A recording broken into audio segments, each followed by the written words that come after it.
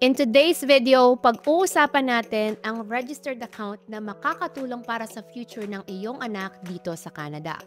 Kung may anak ka or you are soon to be a mom or dad, then watch this video till the end dahil I guarantee you that after watching this video, you will learn how you can maximize your money in this registered account at malalaman mo din kung paano mo maiiwasan na hindi masayang ang mga perang i-invest mo sa account na ito.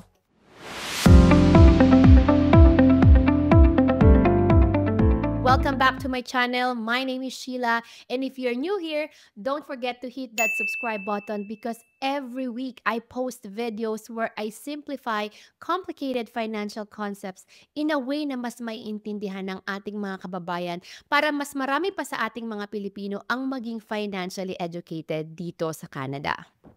Now, our episode today can be a little challenging if you're learning this for the first time, but I will try my best to really simplify it for you if you really want to have a solid knowledge about RESP, so you can make the best decision for the future of your child here in Canada. So ano nga ba itong RESP or Registered Education Savings Plan? RESP is a special investment account in Canada designed to help parents save and invest for a child's post-secondary education. Ang maganda dito sa RESP ay hindi lang parents ang pwedeng magbukas ng account na ito. Kung may pamangkin ka, kung may apo ka, o may kaibigan ka na gusto mong regaluhan ng RESP para sa anak niya, then you are allowed to set up this account.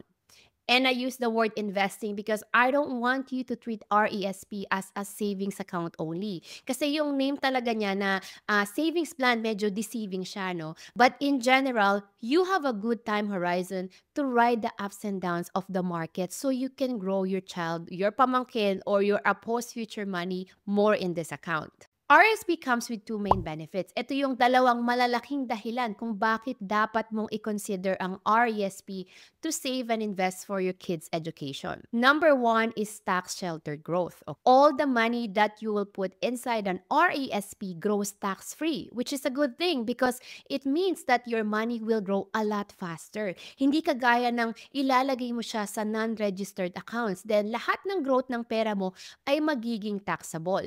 And living in Canada, you should learn how to avoid unnecessary taxes na you have to pay if meron namang way not to do it because really it's not all about how much money you make but how much money you keep for your child's future.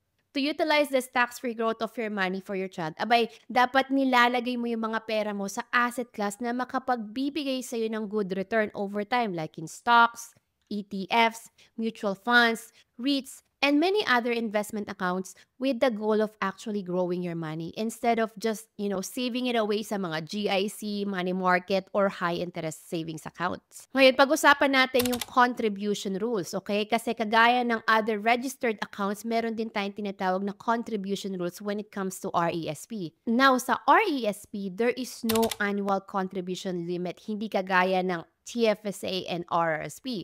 Pero ang kailangan mong malaman is yung lifetime limit of $50,000. It's the maximum amount of money that you can put in an RESP for each child in a lifetime. Kung meron kang $50,000, pwede mo naman niyang ilagay ng isang bagsakan dyan sa RESP account kasi nga wala silang limit, right? But that's not going to be a smart move. Bakit? Kasi the federal government will only give you a maximum of $500 of free money every year to a maximum of $7,200 of lifetime free money. That is $7,200 in free money from the government available to every child in Canada as long as you make the contributions to their education fund. So kung gusto mong ma-maximize ang grant or free money na makukuha mo sa gobyerno, then you should try to put a maximum amount of $2,500 or $2,500 a year to get the maximum amount of grant per year, which is $500. So nakuha natin yung $500 by multiplying $2,500 times 20%. Yan yung $500 na maximum amount of grant na ibibigay ng gobyerno every year. Kahit maglagay ka dito sa RESP ng more than $2,500 a year, $500 pa din ang maximum na free money na makukuha mo. because the government will not match anything about 2,500 contribution. That is why ideally, you should not contribute more than 2,500 a year or your entire $50,000 limit all at once. Kasi sayang naman yung free money kung hindi mo makukuha because you failed to understand the rules around this. Now, when the money is withdrawn for education from the grant and the investment income, it's taxed in the child or the student's name. Pero ang maganda naman doon, most students have low income. So when they access money from RESP in the future, they pay little to no tax. Kagaya ng ibang registered accounts na meron tayo dito sa Canada, if you exceed the maximum limit, which is the $50,000 nga dito sa RESP, then you will pay a penalty of 1% every month on this excess amount, which is equivalent to 12% of interest rate every single year. So you have to be careful with this. Now, yung pangalawang big benefit naman of having RESP here in Canada is the government grants or the Canada Education Savings Grant or yung CESG na tinatawag. Yung CESG na yan, this is a free money that the federal government adds to an RESP to help with the cost of post-secondary education. Kagaya nga ng nabanggit ko kanina, CESG adds 20% on the first 2,500 you contribute each year sa RESP up to a maximum of $500 of free money annually or a lifetime maximum of 7,200. And this 7,200, this is the maximum grant each child in Canada can get. So it's like a guaranteed 20% return in your money agad kasi kahit hindi pa siya naka-invest, minamatch na ng gobyerno ng 20% lahat ng contribution mo dito sa RESP. Now, to be eligible for CESG or yung the government grant, the child must be a resident of Canada or the child must be living in Canada at the time of the contribution to the plan, okay? Number 2 is the child must have a social insurance number. Number 3 is the child be named as a beneficiary in an RESP. And lastly, the child must be 17 years old or younger. The government will stop matching your contribution at the end of the year that your child turns 17. So kahit hindi mo pa nare-reach yung maximum free money na 7,200 for each child, unfortunately, hanggang 17 years old lang talaga magmamatch ng 20% yung government dito sa RESP contribution mo. So you wanna make sure to open RESP as soon as you can para ma-maximize mo yung free government money before your child's 17th birthday. Pero don't worry kasi kahit nag-stop ng magmatch yung gobyerno at age 17 of your child, pwede ka pa rin namang magtuloy sa paghuhulog mo sa RESP until the 31st year since you opened the account. Pero for the purpose na nga lang ng tax-free growth, yun na lang yung purpose. Wala na talaga siyang government matching. And kung hindi pa tapos yung anak mong mag-aral 31 years after opening the account, then don't worry kasi you can still keep the RESP open for 35 years.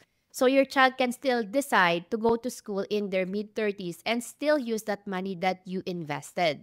And another thing that I want to mention here is provinces like British Columbia and Quebec, they offer provincial benefits on top of the grant money and the Canada Learning Bud that I will discuss later.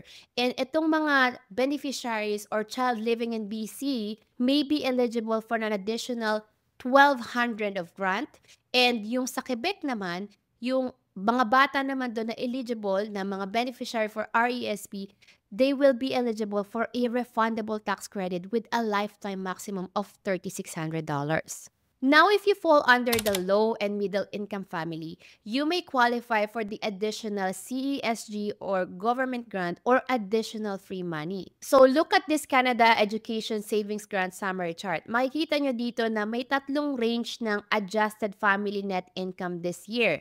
And if you fall under the lower income household for a family net income of less than $55,867 a year, then you can get an extra $100 of free money top up from the maximum $500 of grant money for a total of $600 in grants every year.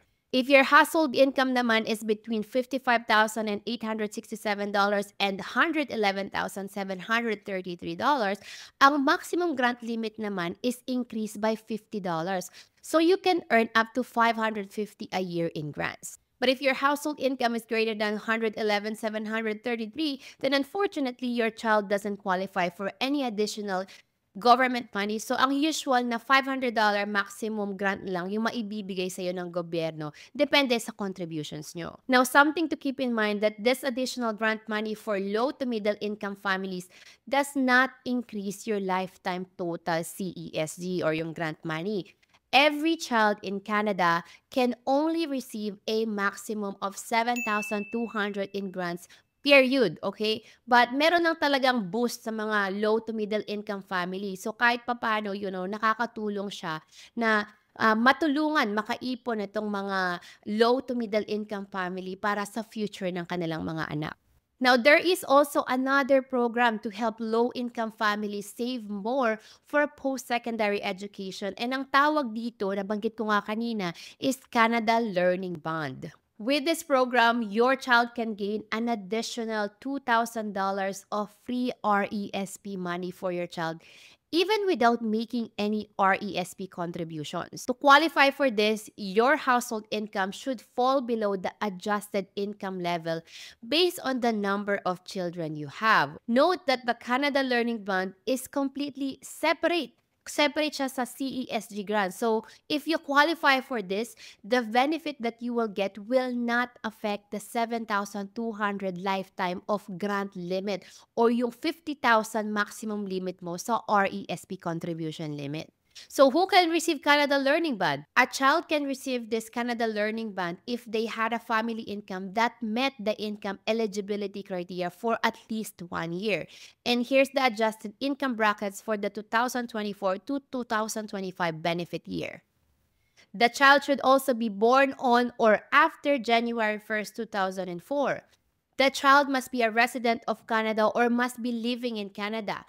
The child also should have a valid social insurance number. And lastly, the child should be named as a beneficiary in an RESP. So if your child is eligible, he or she can get a one-time payment of $500 and an additional of $100 per year until age 15, up to the lifetime maximum of $2,000 per child. Now, unlike the CESG or the Canada Education Savings Grant, families do not need to contribute to the RESP to receive the Canada Learning Bond.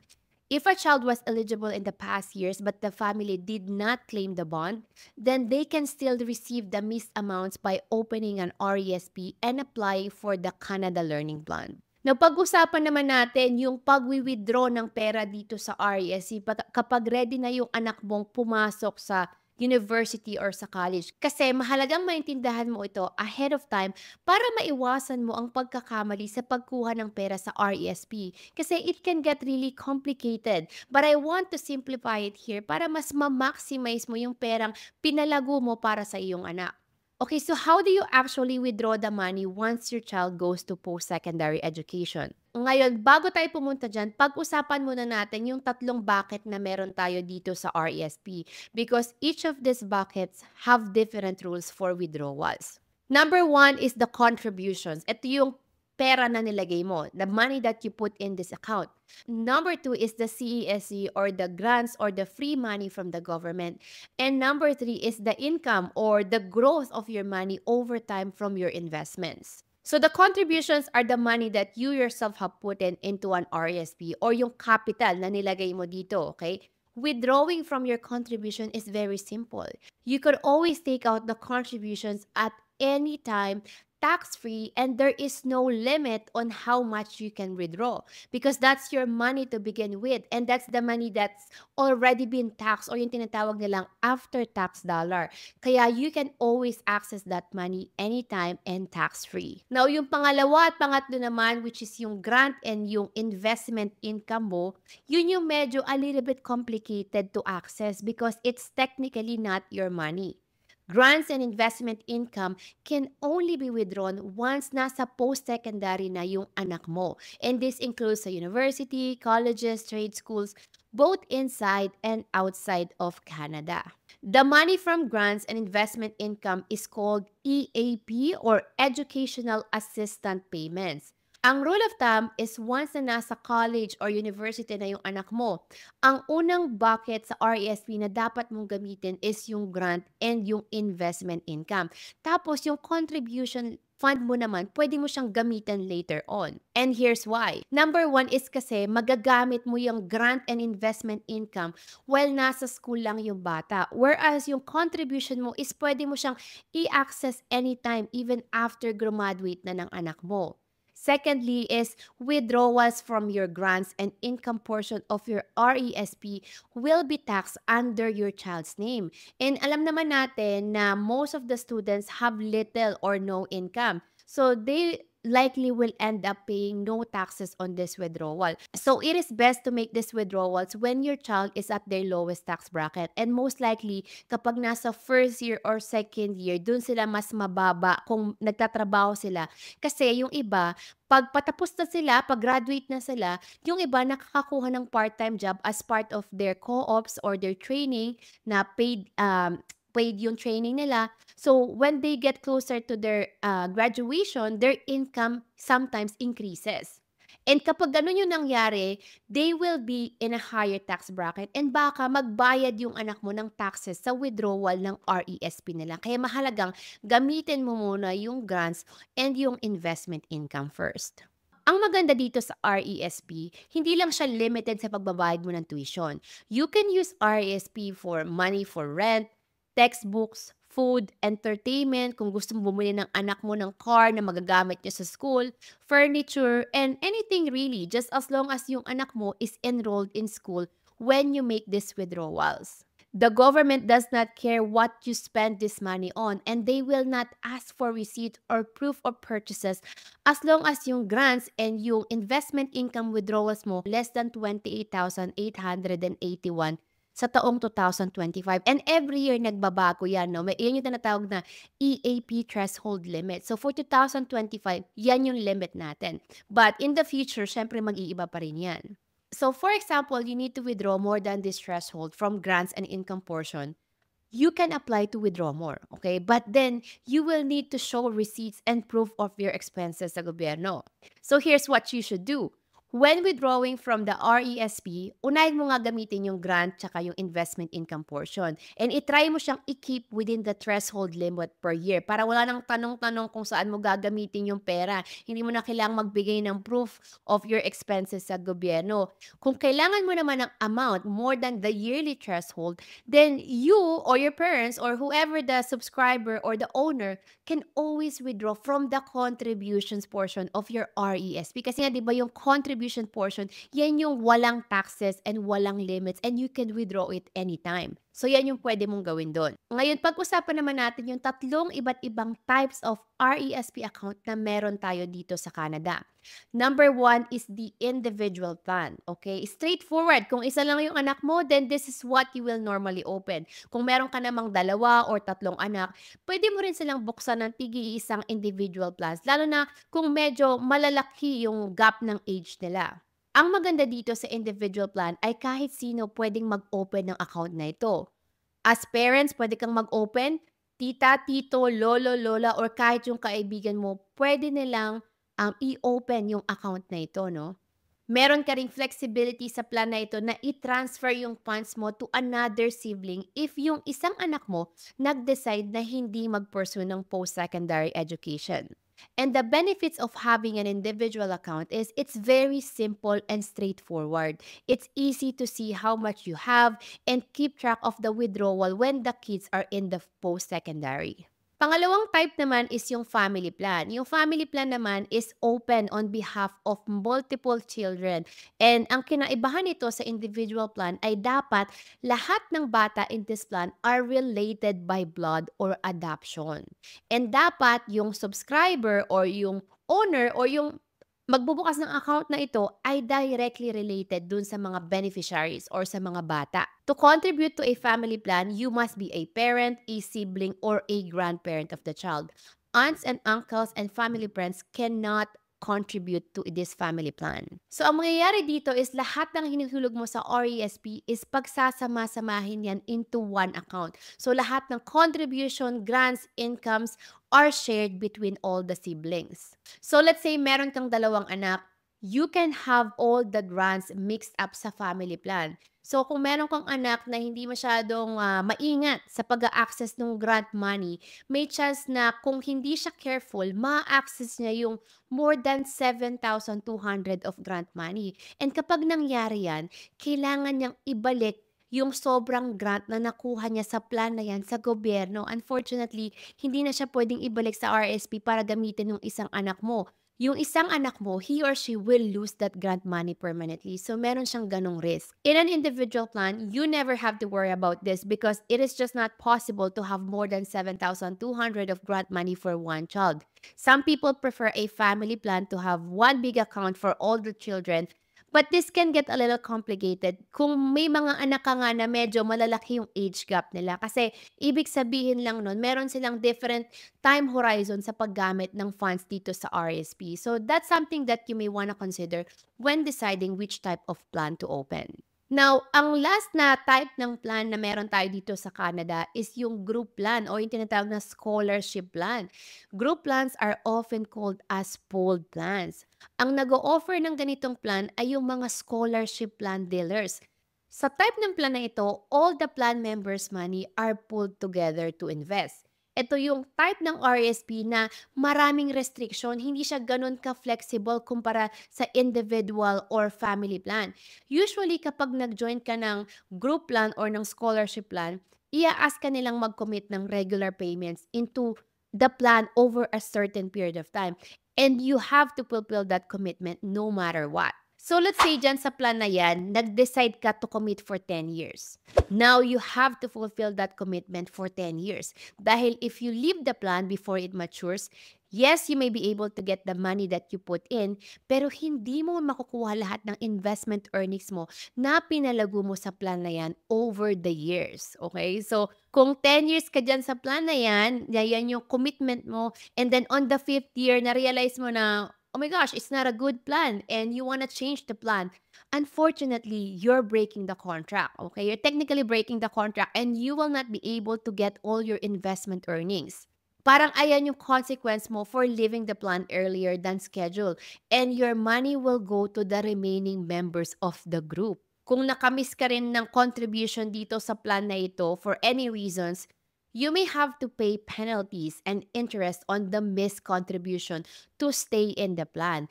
And kung hindi mo mababayaran yan, your account may go into default and your plan can be terminated.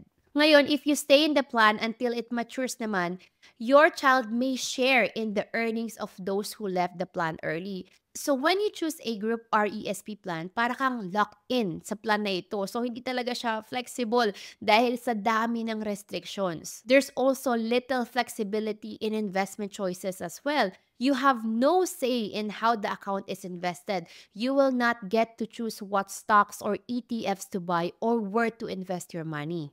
Group RESPs often invest in fixed income products. For example, yung mga GIC, bonds. And in today's economy, that's not going to produce a very high returns, especially if you're investing for your kids' post-secondary education because this is for the long term, right? Kinain lang ng inflation yung growth ng pera mo over time kapag ganun yung ginawa mo. Group plan also comes with higher fees. Scholarship plan dealers will charge a fee if you need to change the beneficiary, if you need to transfer money to a different RESP. They also charge a lot of fees such as annual administration, deposit, and trustee fees. Meron ding mga additional rules dito sa group plans about how much or how often your child can take EAP or yung educational assistant payments. So talagang dapat alamin mo yung mga rules na yan bago ka magbukas nitong group RESP plan. But despite of all the restrictions, you may be wondering why group plans still exist. And it's mainly because it gives a steady return. Dahil nga nabanggit ko na majority of the money that are usually invested in this account are in fixed income, which is usually low risk and steady return. Eh, kung steady return naman yung hanap mo, edi mag-open ka na lang ng individual or family plan, tas ilagay mo sa fixed income. But again, that's not going to be beneficial. Kasi nga, sabi ko nga sa'yo, sayang yung time mo in the market. Sayang yung compound growth na you're gonna be missing out. So overall, make sure na naiintindihan mo yung pros and cons bago ka mag-open itong group RRSP. Personally, I would recommend you stay away from this group or scholarship plan and just use the individual or family RSP for more flexibility. If you're still here and enjoying the things that you're learning, then be sure to hit that like and subscribe button. I-share mo na rin to sa mga kapamilya or kaibigan mo na sa tingin mo ay magbe-benefit sa information na ito. Now, going back to our topic, ano naman ang mangyayari if your child decides not to go to university or college or pursue post-secondary education? Well, unang-una, kung ayaw pang mag-aral ng anak mo for now, that's okay. You can wait. I-park mo muna yung funds mo dyan sa RESP. Let it grow tax-free. Kasi pwede pa rin naman magbago yung isip ng anak mo in the future. Itong RSP naman na ito, it can stay open for 35 years. So, matagal na panahon yan. Kaya baka magbago pa yung isip ng anak mo. Ngayon, kung sigurado naman talaga yung anak mo na ayaw niya talagang mag-aral, then here are some of your options. Pinag-usapan nga natin kanina na isa sa mga bucket ng money sa RESP ay yung mismong perang hinulog mo or yung contributions na tinatawag na pwede mong i-withdraw anytime tax-free. But remember, yung dalawa pang buckets which are the grants and the income portion of the RESP that you made sa growth ng investment mo, those are technically not your money. So, yung grant and income portion, mawi-withdraw mo lang yan when your child is in post-secondary education. If your child decide not to go to school but you do not want to lose any of the grants and income money, the best thing to do is to transfer the grants and income portion of your child's RESP into their siblings' RESP. To transfer your child's RESP to their sibling, here are some of the things you want to keep in mind. Number one is the sibling has to be under the age of 21 and it has to be the brother or the sister of the child not going to school. You cannot transfer this RESP money to a cousin or a friend. Remember, each child can only have a maximum of 7,200 of grant money or CESG. So, you can only transfer the grant portion to a sibling as long as hindi sila mag-go-over dun sa maximum na 7,200 na limit. Now, kung yung income portion naman ng RESP yung itatransfer mo sa sibling, wala naman yung limit. So, pwede mo siyang i-transfer kahit gano'ng kalaki yan. Transferring RESP money between siblings can only be done in both a family plan and an individual plan. Ngayon, kung hindi mo siya ililipat sa kapatid ng anak mo, or let's say, walang kapatid yung anak mo, then unfortunately, there's no other option for the grant. Okay, you will lose the grant or the free money from the government. Kasi the grant portion of an RESP belongs entirely to the government and it can only be used by a student in school. If none of your children go to school, then you have to give that money back to the government, including the Canada Learning Band or any additional CESG or free money from the government. There is no other way around it. Ito naman ang options mo pagdating sa pangatlong bucket ng fund, which is yung growth or yung income portion ng investment mo sa RESP if magde-decide yung anak mo na hindi siya mag-pursue ng post-secondary education. Obviously, option 1 or the best thing to do with the income portion ng investment income na yan sa RESP is to transfer it sa kapatid ng anak mo. Pero kung wala kang option na ganyan, then your option 2 is to transfer this money into your personal RRSP. As long as you have an available room in your RRSP. Kasi iti-take up niya yung contribution space mo. So if you have, let's say, you have a total growth of $10,000 dyan sa RESP ng anak mo, as long as you have $10,000 of contribution room or space in your RRSP, then you can transfer it over to your personal RRSP. Na kung wala ka namang RRSP room and nagma-maximize ka ng RRSP mo, pwede mong i-add yung asawa mo as another owner of the RESP for your kid. And then, pwede mong i-transfer sa spouse mo yung growth ng RESP ng anak mo tax-free if he or she still has an RRSP room then. Keep in mind lang na yung pera na itatransfer mo sa RRSP cannot be claimed as a tax deduction to reduce your taxable income or your spouse's taxable income. And you can only transfer money from an RESP into your personal RRSP or your spouse's RRSP if you meet these following conditions. Dapat yung RESP na yan, it must have been open for at least 10 years. All the beneficiaries or children in the RESP must be 21 years or older and none of them can be in school. And of course, lastly, you have to have enough RRSP contribution room and you can only transfer a maximum of $50,000. That is the maximum limit for transfers even if you have more than 50,000 of RRSP room, okay? Kasi yan lang yung maximum na limit sa RESP. So, nothing more than $50,000. Now, the third option is to transfer the RESP to RDSP or the Registered Disability Savings Plan if the beneficiary of the RDSP is the same beneficiary of RESP. Now, if nothing else works and you can transfer into your RSP dahil siguro you didn't meet the eligibility criteria, your fourth option is to withdraw the income portion of an RESP, but you will be taxed heavily. The income portion that you will withdraw will be taxed under your name and not your child's name. And there's an additional of 20% tax penalty on top of the tax that you would pay. So, medyo malaki-laki yung mawawala sa iyo if you do this. So, this should be your last resort. So, yan yung mga options na pwede mong gawin if your child decided not to pursue post-secondary education. In conclusion, RESP is an amazing vehicle to grow money for your child's education because of the free money from the government and the tax-free growth of your money inside this account. But you have to know which type of plans to open, and I personally recommend you stay away from group RESP plans.